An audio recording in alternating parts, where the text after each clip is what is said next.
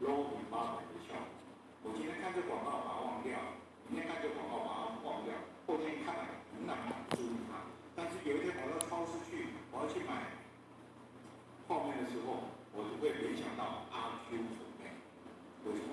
因为我这个广告看够了，这它整个讯息呢，潜伏在我的脑海里面。啊，所以电子广